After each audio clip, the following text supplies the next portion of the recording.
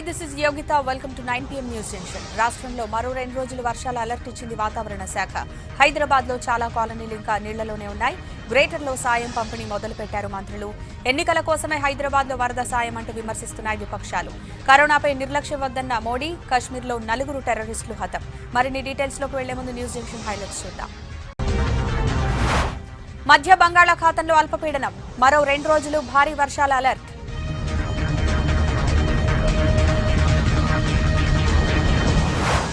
ఇళ్లలో నిండిన బురద, షెల్టర్లలో జనం. బాధితులకు సాయం పంపిణీ మొదలు.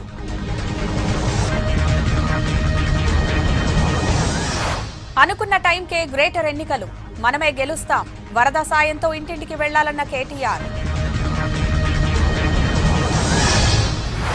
రాష్ట్రానికి కేజ్రీవాల్ 15 కోట్లు, మమత 2 కోట్ల సాయం. రిలీఫ్ ఫండ్ కు సినీ ప్రముఖుల విరాళాలు. ఓట్ల కోసం హైదరాబాద్కే సాయం అందిస్తారా? రైతులు, జిల్లాల్లో బాధితుల మాటేంటన్న లీడర్లు. దెబ్బతిన్న పంటలను పరిశీలించిన సంజయ్, హరీష్ రావు హెరాజ్ రావుగా మారారన్న డీకే. రేపు పాలమూరు బంద్కు కాంగ్రెస్ పిలుపు. కల్వకుర్తిలో నిర్లక్ష్యంపై జిల్లాలో నిరసనలు. పర్మిషన్ లేకుండా కాళేశ్వరం 3వ టీఎంసీ పనులొద్దు. పర్యావరణ నష్టంపై కమిటీ వేయాలని ఎన్జీటీ ఆదేశం. కరోనా ముప్పు ఇంకా పోలేదు. నిర్లక్ష్యం వద్దు. పండుగల టైంలో జాగ్రత్తగా ఉండాలన్న మోడీ.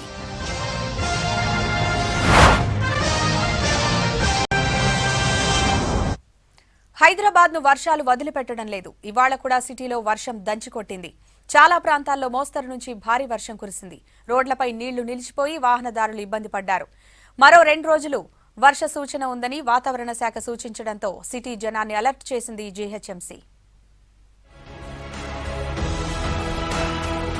వచ్చే 2 రోజులు రాష్ట్రానికి భారీ వర్ష సూచన చేసింది వాతావరణ శాఖ.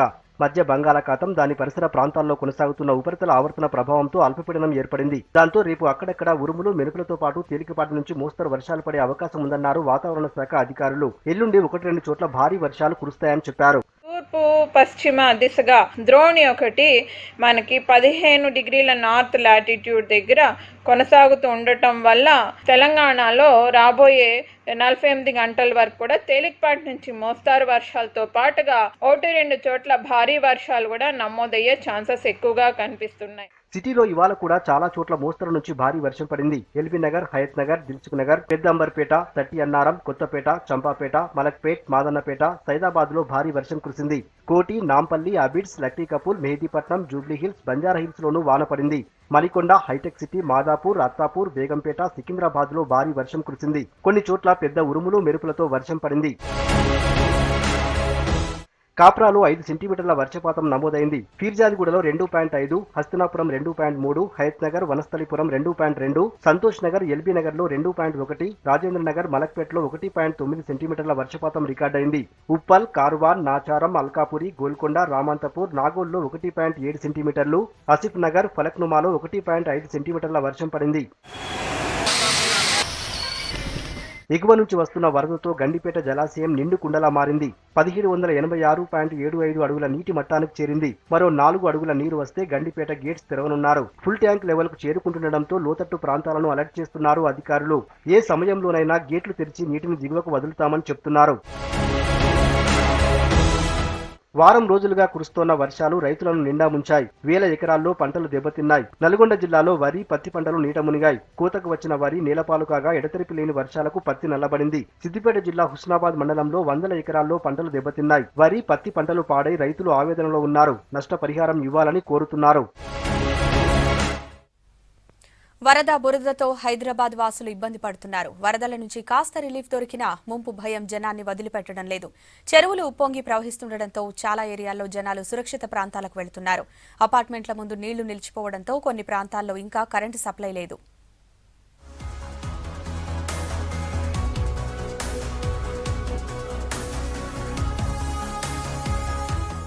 హైదరాబాద్ జనాన్ని వాన, వరద కష్టాలు వీడడం లేదు. వరద కొంచెం తగ్గినా కాలనీలు, ఇండ్లు మొత్తం బురదే. దాంతో ఇండ్లలో ఉండే పరిస్థితి లేదంటున్నారు జనం. నీట మునిగిన కాలనీల్లో ఇప్పటికే కొందరు షెల్టర్లకు వెళ్లగా మరికొందరు బంధువుల ఇళ్లకు వెళ్లిపోయారు. పైగా ఏ టైంలో ఏ చెరువు తెగి తమ కాలనీలోకి నీళ్లు వస్తాయోనని టెన్షన్ పడుతున్నారు.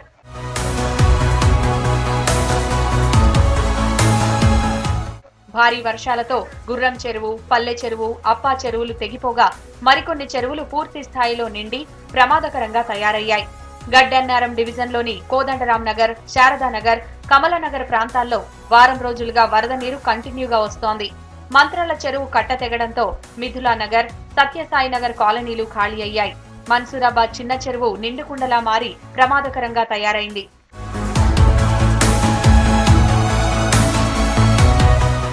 మీర్పేట పెద్ద చెరువు నిండుకుండలా మారింది. భారీ వర్షం పడితే కట్ట తెగే ప్రమాదం ఉందని ఇంజనీర్లు ఇప్పటికే కట్టపై డేంజర్ మార్కులు కూడా వేశారు.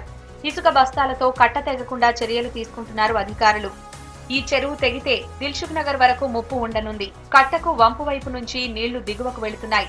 ఇప్పటికే శివబాలాజీ నగర్, జనప్రియ మహానగర్లోని పలు ప్రాంతాలు నీట మునిగాయి. దీంతో దిగువన ప్రజలను అలర్ట్ చేశారు అధికారులు.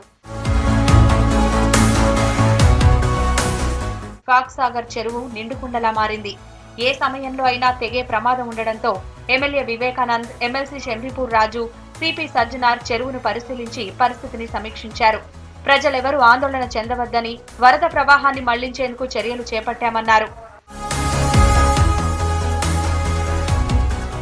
టోలీచౌకీలోని Nadeem colony, Virasat Nagar colony, Jamalikunta, Wali colony, Neeraja కాలనీలు ఇంకా నీటిలోనే ఉన్నాయి. భక్తావర్గూడ నుంచి నిజాం కాలనీ మీదుగా వరద నీరు టోలీచౌకీలోకి వచ్చి చేరుతోంది. హకీంపేట్, బుల్కాపూర్ నాలా, హీరానగర్ నాలాలు పొంగి పొర్లుతున్నాయి. నీళ్లు నిలిచిపోయిన ఏరియాల్లో కరెంటు సప్లై లేక జనం ఇబ్బందులు పడుతున్నారు. హైదరాబాద్ లో కురుస్తున్న భారీ వర్షాలకు బషీర్బాగ్లోని ఓల్డ్ ఎమ్మెల్యే బస్తీలో ఇళ్లు కూలిపోయాయి. ఆ సమయంలో ఇంట్లో ఎవరూ లేకపోవడంతో పెద్ద ప్రమాదం తప్పింది. వర్షాలకు ఇళ్లు కూలిపోతుండటంతో అదే కాలనీలో శిథిలావస్థకు చేరిన ఇళ్లను జీహెచ్ఎంసీ అధికారులు కూల్చివేశారు. పాత బస్తీ చార్మినార్ ఏరియాలో పాత ఇల్లు కూలిపోయింది. దీంతో ఒక కారు, కిరాణా దుకాణం ధ్వంసమయ్యాయి. బస్తీల్లో ఉన్న పేదల ఇళ్లు కూలిపోవడంతో వారిని కమ్యూనిటీ హాల్ కి తరలించారు అధికారులు. అందులో ఎలాంటి సౌకర్యాలు కల్పించలేదు అని బషీర్బాగ్, సంజయ్ గాంధీ నగర్ బస్తీవాసులు ఆగ్రహం వ్యక్తం చేస్తున్నారు. అపార్ట్మెంట్ల సెల్లార్లలోకి నీళ్లు చేరడం, వరదతో పాటు డ్రైనేజీలు పొంగి పొరలడంతో బేగంపేటలో జనం తీవ్ర ఇబ్బందులు పడుతున్నారు. తమ కాలనీలు కూకట్పల్లి నియోజకవర్గంలో ఉండడంతో ప్రజాప్రతినిధులు పట్టించుకోవడం లేదని స్థానికులు ఆవేదన వ్యక్తం చేస్తున్నారు.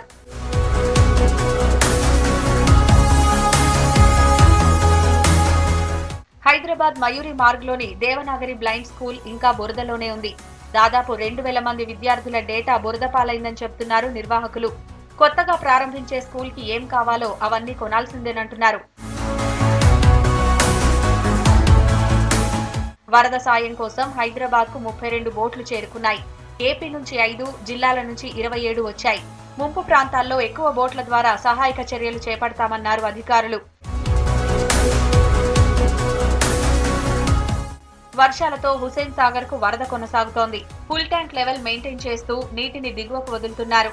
మరో 3 రోజులు వర్షాలు పడే ఛాన్స్ ఉండడంతో హుసేన్ సాగర్ క్రింది భాగంలో ఉండే లోతట్టు కాలనీ వాసులను అలర్ట్ చేశారు అధికారులు.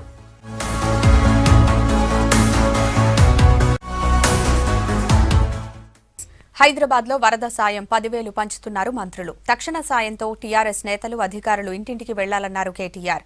ఎవరేమన్నా పట్టించుకోవద్దన్నారు. అయితే తమ డబ్బులు ఓనర్లు తీసుకుపోతున్నారంటూ ఆవేదనగా చెబుతున్నారు కిరాయికి ఉండేవాళ్లు.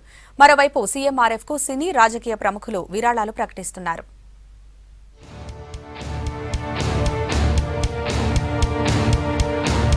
హైదరాబాద్ లో వరద ప్రభావిత ప్రాంతాల్లో పర్యటించారు రాష్ట్ర మున్సిపల్ మంత్రి కేటీఆర్.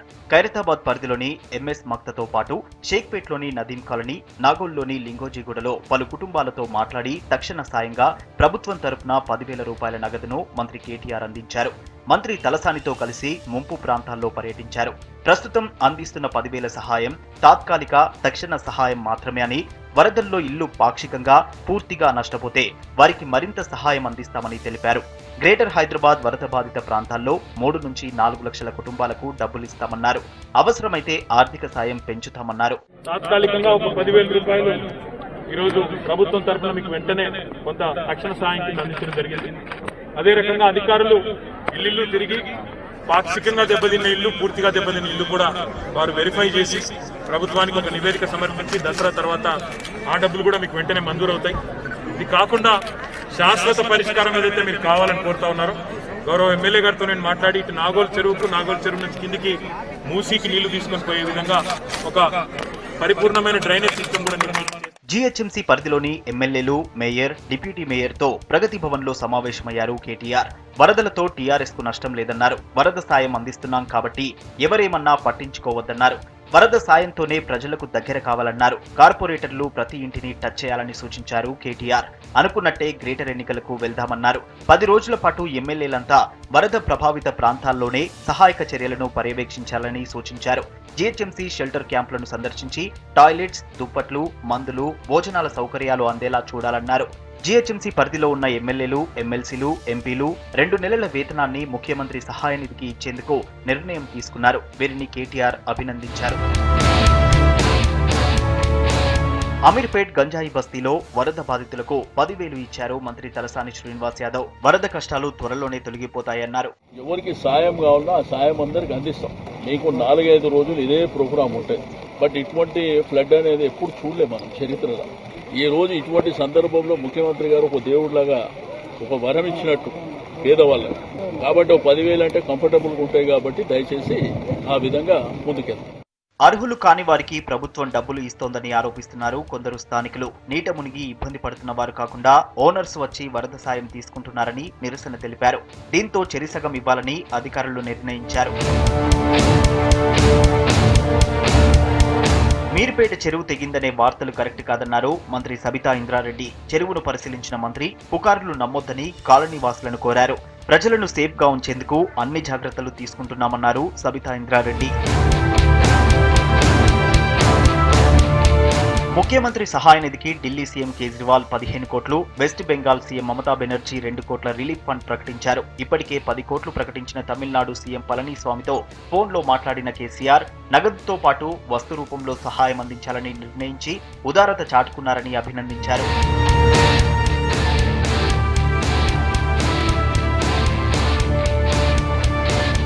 మరోవైపు సీఎంఆర్ఎఫ్ కు సినీ, రాజకీయ, పారిశ్రామిక ప్రముఖులు విరాళాలు అందిస్తున్నారు. ప్రముఖ నటుడు చిరంజీవి ₹1 కోటి, మహేష్ బాబు ₹1 కోటి విరాళం ప్రకటించారు. నాగార్జున, జూనియర్ ఎన్టీఆర్ చెరో 50 లక్షలు, ప్రభాస్ ₹1 కోటి, విజయ్ దేవరకొండ 10 లక్షల విరాళం ప్రకటించారు. హారిక హాస్ని క్రియేషన్స్, త్రివిక్రమ్ సంయుక్తంగా 20 లక్షల విరాళం ప్రకటించారు. డైరెక్టర్లు హరీష్ శంకర్, అనిల్ రావిపూడి 5 లక్షల చొప్పున విరాళం ఇచ్చేందుకు ముందుకొచ్చారు. హైదరాబాద్ త్వరలోనే వరదల నుంచి కోలుకుని సాధారణ స్థితికి చేరుకుంటుందని ఆశాభావం వ్యక్తం చేశారు. విరాళాలు ప్రకటించిన సినీ ప్రముఖులకు మంత్రి కేటీఆర్ థ్యాంక్స్ చెప్పారు. రాష్ట్రంలో వర్షాలతో నష్టపోయిన రైతులకు నష్టపరిహారం ఇవ్వాలని డిమాండ్ చేశారు బీజేపీ నేతలు. హైదరాబాద్లో వరద బాధితులను ఆదుకున్నట్లు రైతులకు కూడా పరిహారం చెల్లించాలన్నారు. రాష్ట్రానికి కేంద్రం ఇచ్చే నిధులపై చర్చకు సిద్దమన్నారు. దుబ్బాకలో ఓటమి భయంతోనే బీజేపీ కార్యకర్తలను సర్కార్ వేధిస్తుందన్నారు.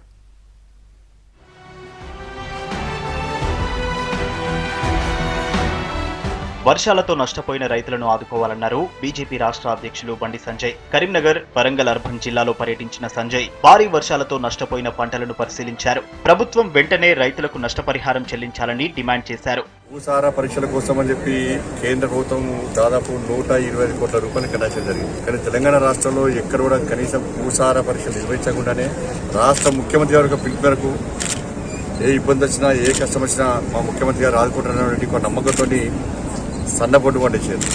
వాళ్ళ రైస్ మిల్లర్స్ కూడా కొనే పరిస్థితి లేదు. ప్రభుత్వమే కొనుగోలు కొని మాకు అప్పచెప్తాను నమ్మకంతో రైస్ మిల్లర్స్. పత్తి కొనుగోలుపై మంత్రి ఇంద్రకరణ్ రెడ్డి అధికారులతో సమీక్ష సమావేశం నిర్వహించడాన్ని తప్పుబట్టారు.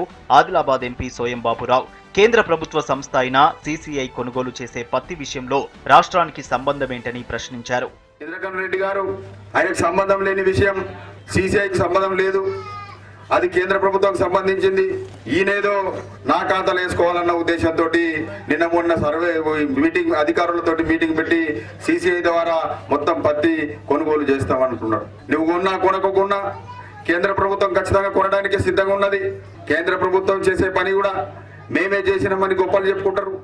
రాష్ట్రంలో వర్షాలతో నష్టపోయిన రైతులకు ప్రభుత్వం సాయం ప్రకటించాలన్నారు మాజీ ఎంపీ బీజేపీ నేత వివేక్ వెంకటస్వామి. హైదరాబాద్ లో వరద బాధితులకు ఇచ్చినట్లు రాష్ట్రంలో పంటలు దెబ్బతిన్న రైతులకు కూడా నష్టపరిహారం ఇవ్వాలని డిమాండ్ చేశారు.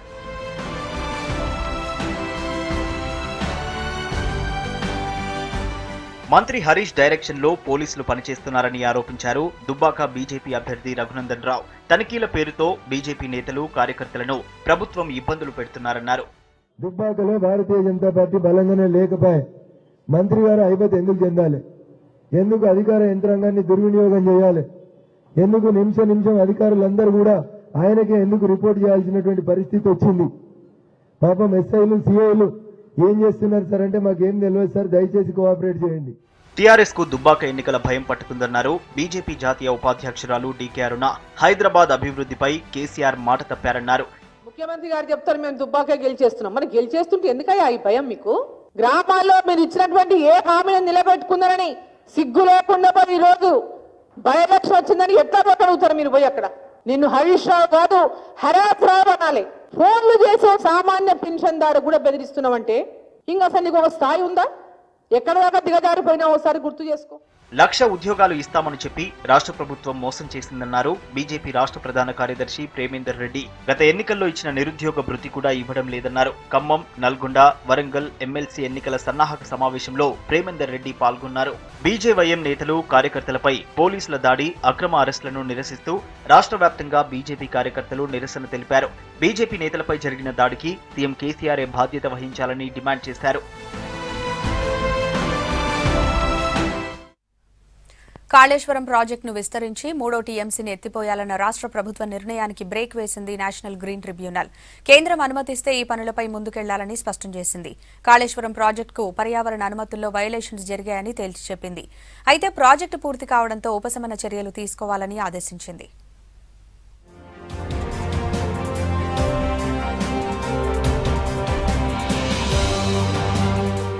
కాళేశ్వరం ప్రాజెక్టుకు పర్యావరణ అనుమతులపై విచారణ జరిపిన నేషనల్ గ్రీన్ ట్రిబ్యునల్ కీలక తీర్పు చెప్పింది. ఈ ప్రాజెక్టుతో పర్యావరణం మీద ప్రభావం ఎంతవరకు పడుతుందనేది సరిగా అంచనా వేయకుండానే నిర్మాణం చేశారని తేల్చింది. తాగునీటి ప్రాజెక్టు పేరుతో సాగు అవసరాలకు కూడా రూపకల్పన చేశారని, ఈ విషయాన్ని గమనించడంలో కేంద్ర పర్యావరణ శాఖ విఫలమైందని స్పష్టం చేసింది. ఈ ప్రాజెక్టుతో ప్రయోజనాలున్నా పర్యావరణాన్ని పక్కన పెట్టలేమని తెలిపింది. ప్రజా ప్రయోజనాలు, పర్యావరణం రెండూ కలిసి నడవాల్సిందేనని తేల్చి చెప్పింది.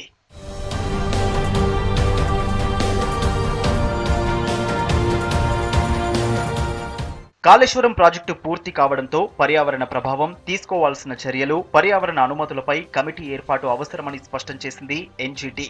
నెల రోజుల్లో 7 సభ్యులతో నిపుణుల కమిటీని ఏర్పాటు చేయాలని కేంద్ర పర్యావరణ శాఖను ఆదేశించింది. 2008 నుంచి 2017 వరకు పర్యావరణ అనుమతులు లేకుండా చేసిన నిర్మాణాలకు జరిగిన పర్యావరణ నష్టాన్ని పూడ్చేందుకు తీసుకోవాల్సిన చర్యలపై నివేదిక ఇవ్వాలని కమిటీకి చెప్పింది.